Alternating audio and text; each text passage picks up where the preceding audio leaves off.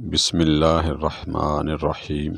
अस्सलामुअलैकुम वरहमतुल्लाहि वबरकातुहू। Dear students, मैं मोहम्मद अज़ीम ख़ान हूँ। आप मेरा यूट्यूब चैनल देख रहे हैं मैथ्स विविड सॉल्यूशंस।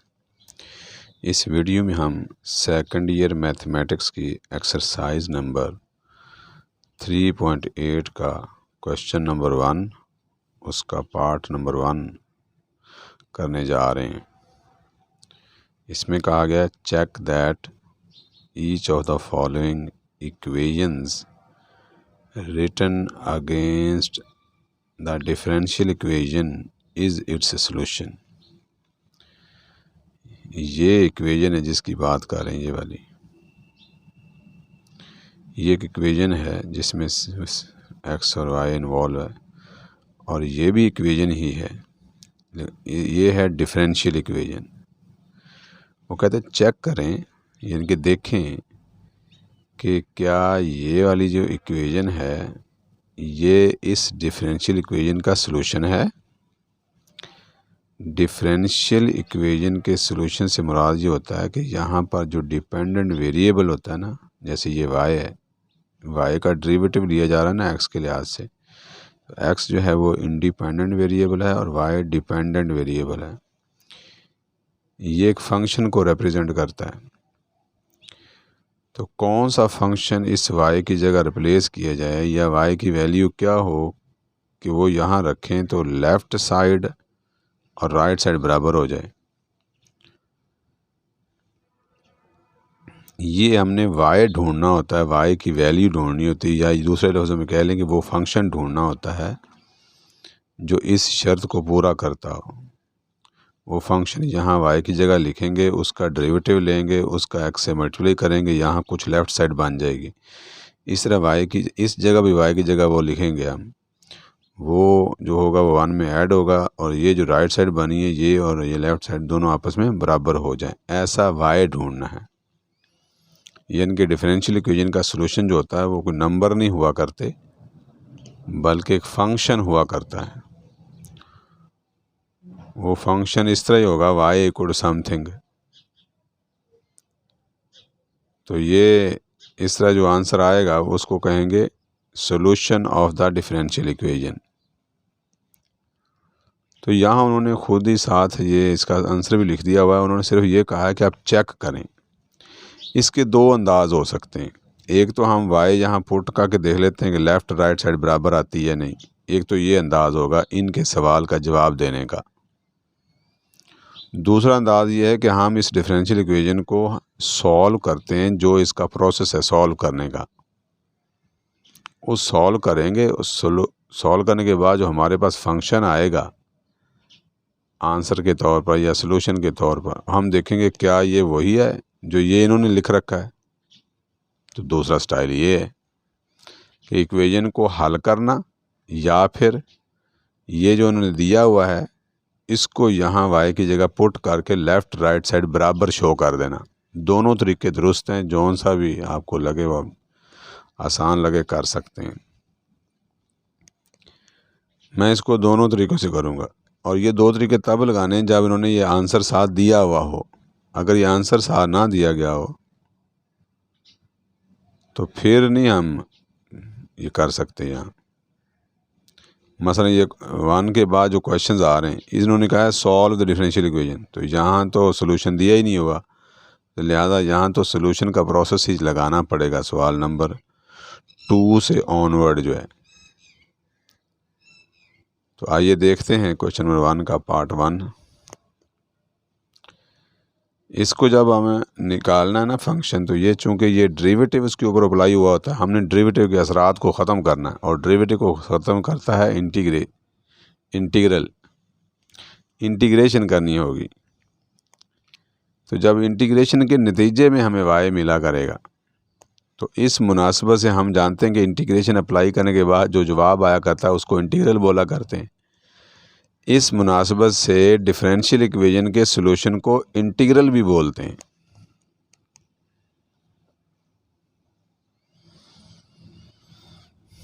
तो आइए देखते हैं इसकी तफसील। यहाँ लिखेंगे हम the given differential equation is,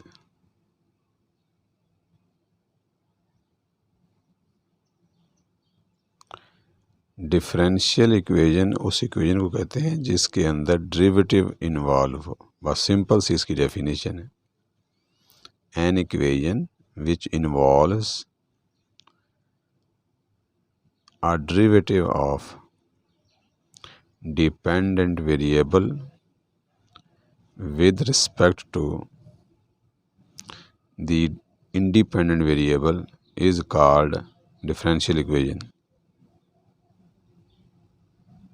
या ये तफसील अगर नहीं लिखनी डिपेंडेंट इंडिपेंडेंट वाली तो सिंपल लिख दें, an equation which involves different derivatives is called differential equation. तो ये पहले पार्ट में जो इक्वेशन दी गई वो है x multiplied by d y by d x equal to 1 plus y. ये डिफरेंशियल इक्वेशन है। जो साथ सोल्यूशन दिया हुआ है उसको हम बाद में देखते हैं। हम देखते हैं कि इसको सॉल्व कैसे करना है। पहले ये हम मेथड लगाते हैं, डायरेक्ट सॉल्व करते हैं और सोल्यूशन ढूंढते हैं इसका, और फिर उस सोल्यूशन को मैच कर लेंगे ये जो इन्होंने दिया हुआ उसके साथ। डिफरेंशियल इक्वेशंस की डियर स्टूडेंट्स बहुत सारी टाइप्स हैं, इस पर बड़ी बड़ी किताबें लिखी हुई हैं, बहुत लंबा चौड़ा ये सब्जेक्ट है डिफरेंशियल इक्वेशंस का। ये सेकंड ईयर के अंदर ये छोटी सी एक एक्सरसाइज में तारुफ कराया जा रहा है कि इस तरह की कोई चीज़ भी हुआ करती है। उन डिफरेंशियल इक्वेशंस में से एक टाइप है जो जिसको हल करना सबसे आसान है, उस टाइप को बोलते हैं variable separable differential equation. Variable separable, इसका मतलब क्या है कि वेरिएबल सेपरेट हो जाने के काबिल ऐसी डिफरेंशियल इक्वेशन जिसमें वेरिएबल जो हैं वो सेपरेट हो जाएं। मतलब इसका ये बनता है कि जो x वाली टर्म्स होंगी ना वो सारी की सारी एक तरफ शिफ्ट कर सकते हैं और y वाली टर्म्स सारी की सारी दूसरी तरफ शिफ्ट कर सकते हैं, इक्वल की दूसरी तरफ। इक्वलिटी साइन के एक तरफ x वाली तमाम टर्म्स और जो है y वाली टर्म जो है वो इक्वलिटी की दूसरी तरफ। इस तरह जिन डिफरेंशियल इक्वेशंस में कर सकते हैं ना, उन इक्वेशंस को बोलते हैं वेरिएबल सेपरेबल डिफरेंशियल इक्वेशन। और ये काम हर तरह की डिफरेंशियल इक्वेशन में नहीं हुआ करता। तो ये वो टाइप बेटा यहाँ सेकंड ईयर में दी गई है और ये सबसे आसान टाइप है। अब उस टाइप को हल करने का मेथड ये होता है कि सबसे पहले आपने डिनोमिनेटर्स रिमूव करने जहाँ कहीं भी नज़र आए। जैसे यहाँ एक डिनोमिनेटर नज़र आ रहा है dx, ये रिमूव करना है। और डिनोमिनेटर्स रिमूव करने का मतलब ये तरीक़ाकार ये होगा कि जो डिनोमिनेटर जितने भी आपको इक्वल के आर पार नज़र आ रहे होंगे लेफ़्ट राइट, सारे डिनोमिनेटर्स का एलसीएम फाइंड आउट कर लेना। एलसीएम फाइंड आउट करने के बाद आपने इक्वेशन की एक एक टर्म को मल्टीप्लाई कर देना है।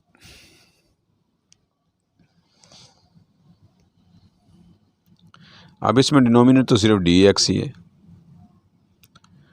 हम लिखेंगे मल्टीप्लाइंग, लिहाजा इसका एलसीएम भी dx ही है। Multiplying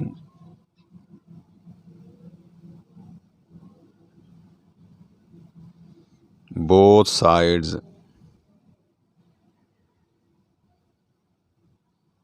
by dx we get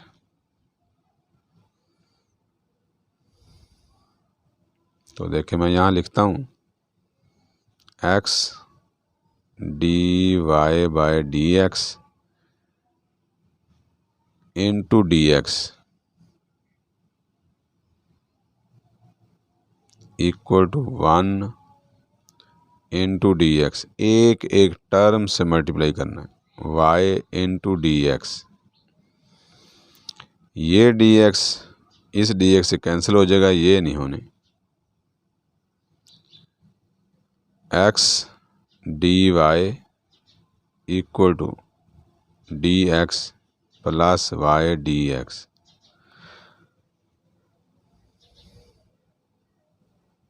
ठीक है,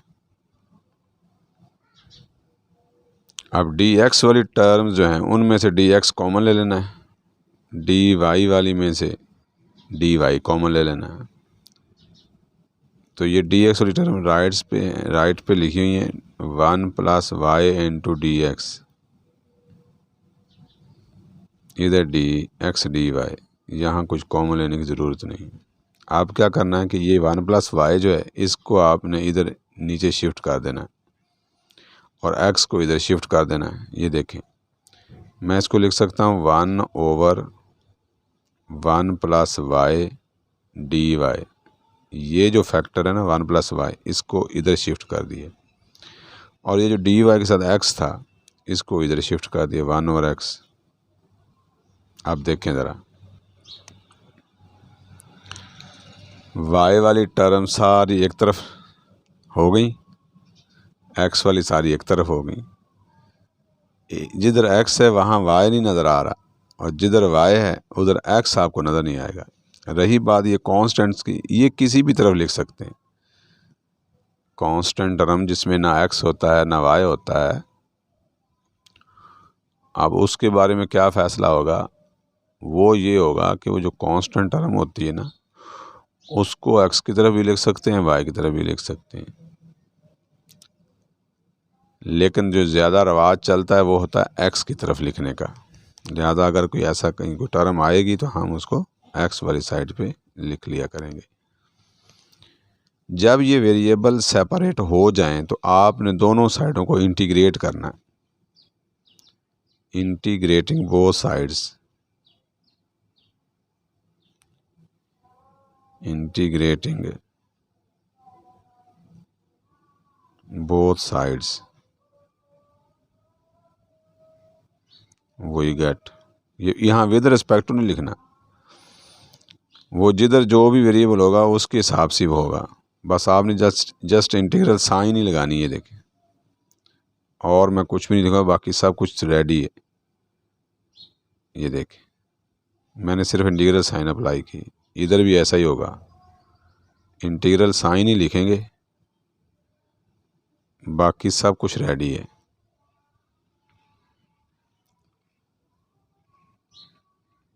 अब हम ये जो इंटीग्रल्स बन गए इनडेफिनिट इंटीग्रल्स, इनको इवेल्यूएट करेंगे। ये डिनोमिनेटर का डेरिवेटिव 1 बनता है, वो ऊपर मौजूद है। y का डेरिवेटिव y के लिहाज से लेना ना, तो y का y के लिहाज से डेरिवेटिव 1 बनता है। 1 और 1 अकेले का 0 होता है, 0 + 1 1 हुआ, तो 1 इसका डेरिवेटिव बनता है पूरे डिनोमिनेटर का, और न्यूमरेटर सारे का सारा भी सिर्फ 1 नहीं है। लिहाजा यहाँ पर लॉगरिदमिक रूल अप्लाई हो जाएगा, नेचुरल लॉग ऑफ 1 + y। लो जी, ये इंटीग्रेट होगी लेफ़्ट साइड। इसी तरह राइट पे भी यही लगेगा, डिनोमिनेटर का डेरिवेटिव 1 होता है, वो ऊपर मौजूद है, नेचुरल लॉग ऑफ x। अब रही बात यहाँ पर कांस्टेंट ऑफ इंटीग्रेशन की।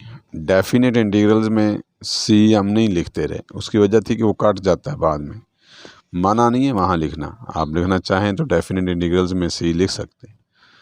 इनडेफिनेट में तो लाजमी लिखना होता है, क्योंकि वो कटता नहीं है किसी चीज़ के साथ। अब डिफरेंशियल इक्वेशन में ये एक पैटर्न पाया जाता है कि अगर आपके जो y वाला रिज़ल्ट है ना, y वाला, वो अगर अंडर लॉग आ जाए, जैसे ये लॉग ऑफ 1 + y है, तो आपने जो कांस्टेंट ऑफ इंटीग्रेशन है ना, वो भी लॉग की शेप में लिखना है, यूँ। अगर y लॉग के अंडर नहीं है तो फिर c को भी आपने लॉग में नहीं लिखना। इसका क्या मकसद है? सिर्फ ये है, सिंप्लीफिकेशन में थोड़ी सी आसानी होती है। कांस्टेंट ही होता है, चाहे उसका लॉग ले लें तब भी कांस्टेंट, उसकी पावर ले लें तब कांस्टेंट ही है।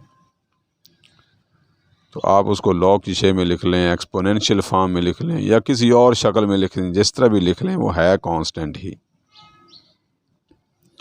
इसलिए ऐसा लिखने में कोई हर्ज नहीं है।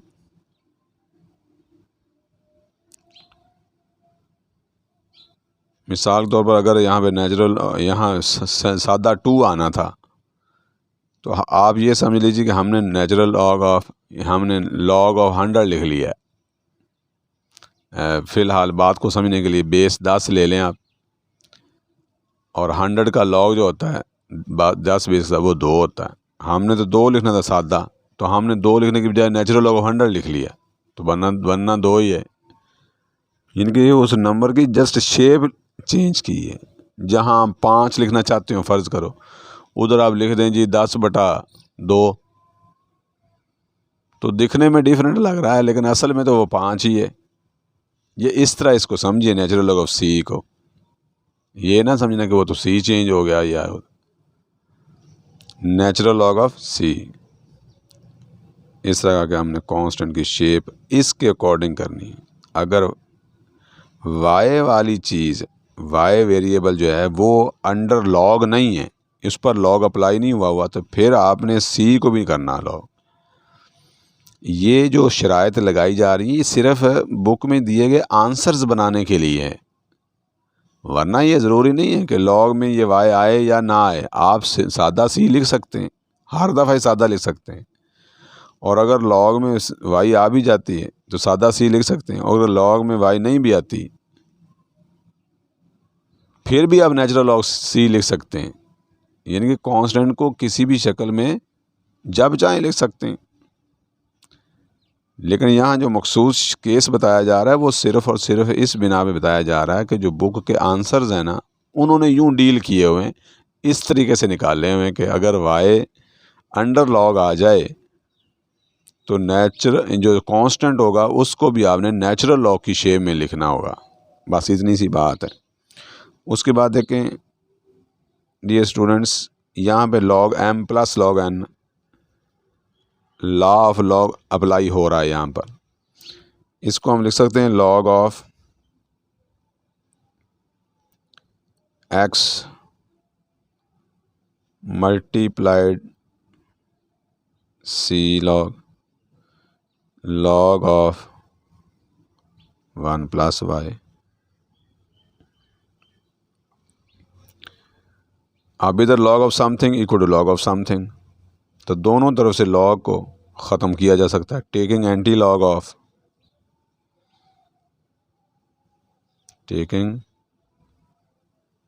Anti natural log we get. उसका क्या तरीक़ाकार होता है एंटी लॉग लेने का? जहाँ लॉग लिखा है वो ख़त्म कर दें, इधर भी लिखा हुआ वो भी ख़त्म कर दें।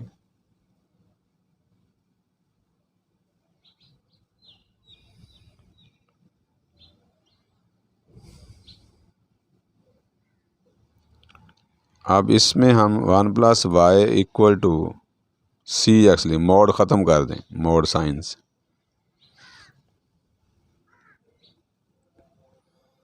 इसको अब हम लिख सकते हैं y equal to c x minus 1। Y को ना अकेले को एक साइड पे करके लिख कर शो करने की कोशिश करनी। अगर कहीं वाई सेपरेट हो सकता हो तो कर दें, ना होता हो तो फिर वैसा ही रहने दें। तो ये हो गया है। अब ये सलूशन आ गया है, ये वही सलूशन है जो बुक में दिया गया था,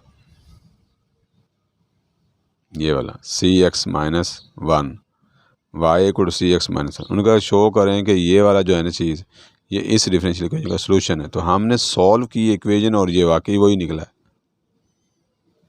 तो अब हम लिखेंगे दिस इज़ द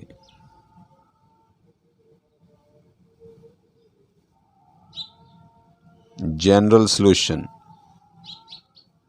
सलूशन दो तरह के होते हैं, पर्टिकुलर सलूशन, एक जनरल सलूशन। जनरल सलूशन वो सलूशन होता है जिसमें एक अननोन कांस्टेंट मौजूद हो। वो सलूशन जिसमें अननोन कांस्टेंट मौजूद, जैसे ये सी है, सी कांस्टेंट तो है लेकिन इसकी वैल्यू क्या है, 1 है, 2 है, -2 है, 0 है, 3 है, क्या है ये मालूम नहीं है। ऐसा सलूशन जिसके अंदर एक नामालूम कांस्टेंट मौजूद हो उसको हम जनरल सॉल्यूशन कहते हैं। अगर इस सी की वैल्यू को पता चल जाए किसी तरीके से और वो वैल्यू यहाँ लगा दें तो वो जनरल सॉल्यूशन की बजाय यही वाली चीज़ ये बन जाएगी पर्टिकुलर सॉल्यूशन। वो आएंगे एंड पे आके थोड़े क्वेश्चन इस एक्सरसाइज के आखिर पर। This is the general solution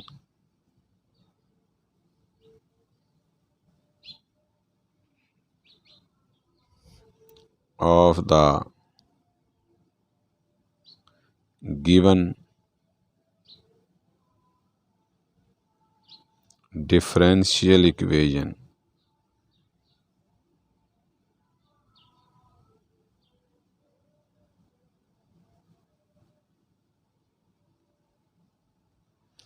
ये एक मेथड हुआ सॉल्व करके निकालने का।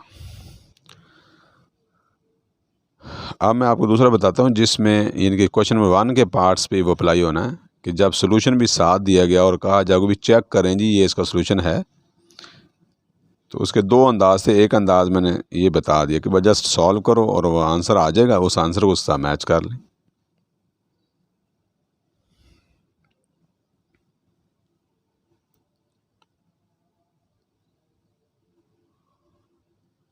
दूसरा ये है तरीक़ाकार, वो देखते हैं। Other way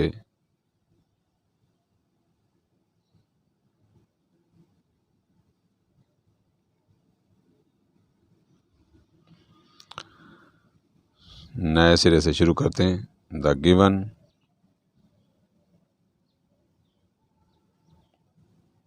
differential equation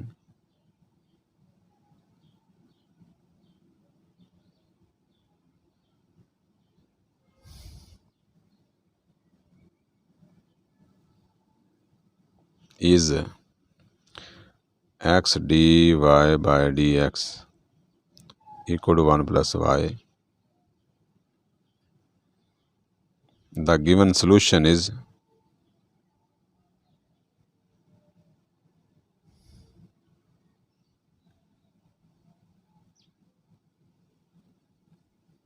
y is equal to cx minus 1.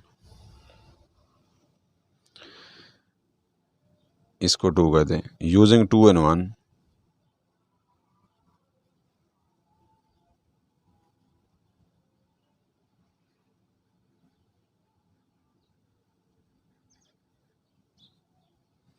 x D by d x. अब y की वैल्यू यहाँ लगानी सी एक्स माइनस 1। ये देखिए इस y की जगह ये y का डेरिवेटिव, यहाँ पर सी एक्स माइनस 1 का डेरिवेटिव हो गया 1 plus C x minus 1।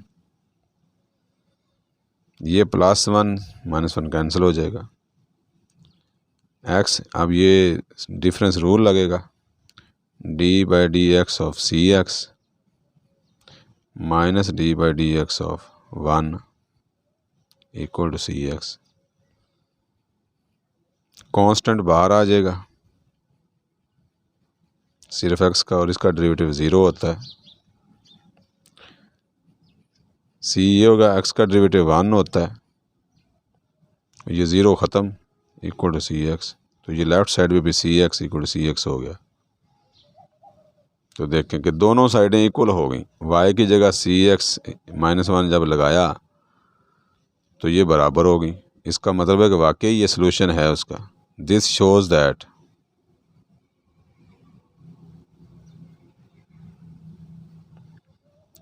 y equal to c x minus 1 is a solution of x dy by dx equal to 1 plus y। ये दूसरा तरीका था। ये तब लगाना है जब आपको सॉल्यूशन साथ दिया गया और कहेंगे भी चेक करो ये है कि नहीं, अदरवाइज नहीं।